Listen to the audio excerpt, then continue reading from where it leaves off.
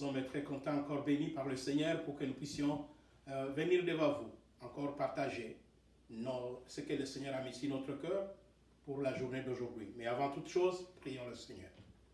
Notre Dieu, notre Roi, nous te bénissons. Nous te bénissons pour cette opportunité que nous avons, encore une fois, de venir auprès de toi et de venir devant nos frères et nos sœurs pour partager ce que tu as mis sur notre cœur encore aujourd'hui par rapport à notre marche avec toi dans la foi. Nous savons, Seigneur, que cette parole va toucher au moins une personne qui va nous écouter et lui encourager encore à faire encore un pas dans la foi, dans cette situation difficile que nous sommes en train de traverser. Sois avec nous et bénis ta parole, et cela dans le nom glorieux de notre Seigneur, nous prions. Amen. Nous allons lire dans Jean chapitre 14, verset 1er. Jean 14, verset 1er dit ceci, que votre cœur ne se trouble point, croyez en Dieu, croyez en moi. Ces paroles sont les propres paroles de Jésus-Christ lui-même. Jésus, qui après avoir brossé dans le chapitre 13 de Jean 13, après avoir brossé les événements qui vont entourer sa mort, comment il va quitter ses disciples, il a constaté que leur cœur était devenu lourd. Ils étaient devenus lourds, ils étaient peureux, ils étaient effrayés de cette séparation, de ce départ, de ce départ de Jésus qui va là où ils ne l'auront plus. Et c'est pourquoi il revient encore pour conclure tout ce qu'il a dit par ce chapitre ici, par ce verset. C'est une conclusion de tout ce qu'il a dit par rapport à ce qu'il a constaté dans le cœur de ses disciples. Et il vient, il dit, faites attention, mais ne soyez pas troublés. Gardez vos cœurs loin des troubles, puisque vous n'avez pas de raison d'être troublés. Notre Jésus, il sait contrôler. Il sait contrôler les événements dans lesquels nous nous trouvons. Je bien choisi ces mots, le Seigneur a mis à mon cœur ces mots pour que nous puissions essayer de nous rassurer, de nous réconforter à travers ces paroles par rapport aux circonstances dans lesquelles nous vivons aujourd'hui. Le monde est dans une situation de trouble. Nos cœurs, les cœurs de toutes les personnes sur la terre, les grands comme les petits, les cœurs sont en trouble à cause du Covid-19. Cette situation, ce monstre incontrôlable.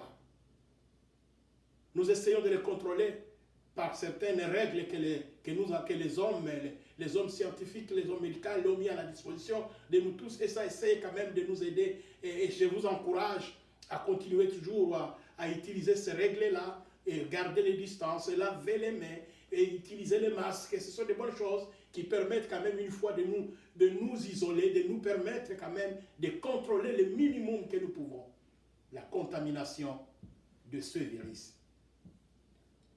Mais par rapport au cœur, ce que nous sommes en train de dire là, c'est par rapport au physique, la contamination. Mais qu'est-ce que nous faisons avec la contamination du cœur? Puisque la contamination du cœur est différente de la contamination physique de notre corps. Ce que nous sommes en train de dire là, les masques, laver les mains, ça nous permet de gérer la contamination du corps. Mais quand arrive la contamination du cœur, c'est à ce moment-là que les paroles de Jésus sont importantes. Là où il nous dit, ne laissez pas vos cœurs troublés. Croyez. Gardez-vous bien fixés dans la foi. Les pieds bien enracinés dans la foi en Dieu et dans la foi en Jésus-Christ. J'aime bien les phrases qui sont derrière, là, soit à côté, là, il nous dit, s'il n'y en avait pas de la place pour tout le monde, dans le plan de Dieu, dans la maison de mon Père, je vous l'aurais dit. Mais je vous ai déjà dit que vous avez tous de la place dans la maison de mon Père. Alléluia. J'aime bien cette phrase-là. Quand Jésus rassure ses disciples, il dit, vous avez de la place. Vous occupez une bonne place dans le plan de Dieu, dans le cœur de Dieu, dans la demeure de Dieu. Vous avez de la place. Et mes frères, je suis venu seulement vous dire, je me suis seulement un peu encouragé avec ce verset, je voudrais le partager avec vous, pour vous dire que les circonstances dans lesquelles nous vivons aujourd'hui ne nous a pas encore arrachés du plan merveilleux de notre Seigneur Jésus. du plan de Dieu. Ça ne nous a pas encore arraché du demeure éternel de notre Dieu. Nous sommes encore dans son plan. Nous avons de la place dans le plan de Dieu. Et c'est pourquoi Jésus leur a dit, vous avez de la place dans le demeure, dans le cœur de Dieu. Ne soyez pas troublés. Ne permettez pas que le trouble gagne vos cœurs. Croyez. C'est comme s'il était en train de souligner dans un stylo, encore il est en train de passer, écrire sur ton cœur et mon cœur. Il écrit la foi. Croyez. C'est le temps, mes frères et sœurs, que nous puissions croire. Comme je viens de vous dire, nous faisons beaucoup de choses pour éviter la contamination du corps. Faisons ce que nous pouvons faire pour éviter la contamination du cœur. Puisque le diable attaque le corps pour viser le cœur. Et s'il arrive avec ce sentiment ici qui crée dans le monde, les Covid, les troubles qu'il amène, les morts, tout ce qu'il arrive ici avec les calamités du monde qu'il est en train de créer, il le fait tout simplement pour le cœur. En fait que nous puissions être dans le trouble, que nous puissions perdre notre foi, que nous ne puissions plus croire en Dieu, que nous puissions penser que Dieu nous a laissés. Mais Jésus nous rassure. Et il nous invite à ne pas ouvrir la porte du trouble, mais à le fermer et à ouvrir plutôt la porte de la foi. Vous savez, quand vous ne pouvez pas avoir un contrôle sur une chose, faites ce que vous pouvez faire. Nous ne pouvons pas avoir un contrôle sur le Covid. D'abord, nous ne le voyons pas. Nous ne voyons pas le virus. Nous ne savons pas quand est-ce que ça a touché nos masques, quand est-ce que ça a touché la chemise, quand est-ce que ça viendra sur le poignet de notre maison, quand est-ce que ça vient sur le poignet de la voiture, quand est-ce que ça se trouve sur le voisin, les collègues avec qui nous travaillons, nous-mêmes, quand est-ce que nous les mettons, nous les donnons à quelqu'un. Nous n'avons pas tout ce contrôle-là. C'est impossible pour nous de le contrôler. Mais le Seigneur nous demande une chose. Nous pouvons contrôler notre cœur. Ma soeur, mon frère, tu peux contrôler ton cœur. Tu peux contrôler le degré de ta foi. Tu peux commencer aujourd'hui à interroger ton cœur. Si réellement ton cœur est encore à la place où il faut, où le Seigneur veut que tu sois par rapport à lui, ou bien tu as cédé. Tu as donné une très grande place à la peur au lieu de croire à ton Dieu. Vous savez, nous avons vu beaucoup de choses, certaines leçons que nous avons vues, où le Seigneur, quand il y a des situations difficiles que l'homme traverse, Jésus vient toujours vers nous avec cette recommandation. Croyez, ne craignez point. Ne craignez pas, croyez. Ce sont des bonnes choses qui venaient. Je vous ai parlé de Jairus, lorsque ces travailleurs sont venus de sa maison pour venir lui dire, n'importune plus le maître, l'enfant est déjà mort et la fille est morte. Jésus se tourna vers lui, regarda dans son visage comment il était troublé, tourmenté par la nouvelle qui lui est arrivée, lui a touché par les épaules, il lui dit, oh Jairus, ne crains pas, crois seulement. Alléluia. J'aime lorsque nous passons par des tempêtes, que le Seigneur nous revienne avec une chose qui nous rappelle, vous avez seulement à contrôler votre foi.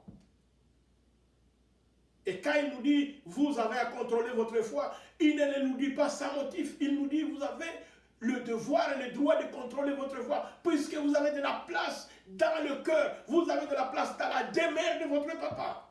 Dieu, il vous connaît. Comme je l'avais toujours dit, et je l'ai lu un beau jour dans le livre d'anglais, où un auteur, lui, dit que dans les contextes, dans les versions anglaises, que les cheveux des hommes sont comptés, numérotés. J'aime beaucoup bien ces mots, comment les Anglais l'utilisent. Dans les Bibles anglophones, il dit number, c'est-à-dire les cheveux sont numérotés de l'homme.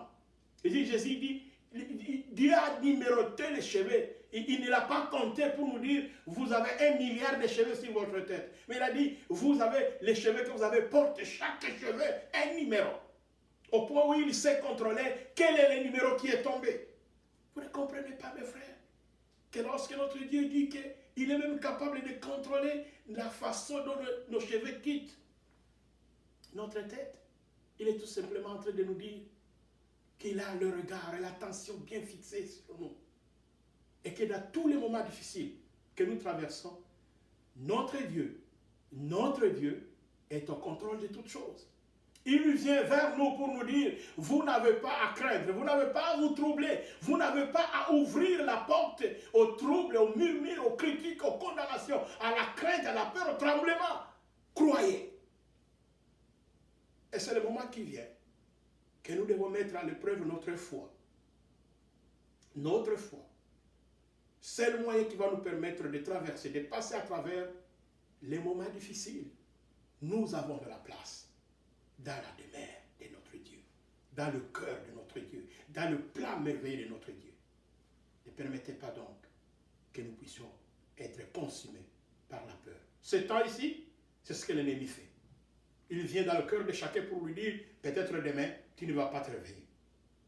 Comme je le répète toujours, et je le recommande encore, respectez les règles, respectons les règles que les hommes nous demandent à faire. Distance, laver les mains, masque, c'est très important pour nous gérer la contamination du corps. Mais aussi mangeons la parole de Dieu pour éviter la contamination du cœur. Ce qui se passe par le trouble du cœur que l'ennemi recherche par des moments comme ça. Je vous recommande toujours alors de vous cramponner sur les promesses de l'Éternel. Et vous allez voir comment est-ce que le Seigneur va nous permettre de gérer ces géants ici, ces fantômes ici. Il va nous permettre de gérer ces Goliaths que nous ne voyons pas, le Covid-19. Il va nous permettre de le faire. Et il sera là, à notre côté. Ensemble, nous allons le louer, l'adorer, continuer à élever son nom, puisque nous allons voir, nous allons sortir victorieux à cause de ses promesses. C'est pourquoi je te recommande encore, mon frère, ma soeur, qui m'écoutait, ne lâchez pas. Et ne permettez pas que ton cœur soit troublé. Croyez en Dieu, croyez en Jésus. Que le Seigneur vous bénisse. Les dangers à cause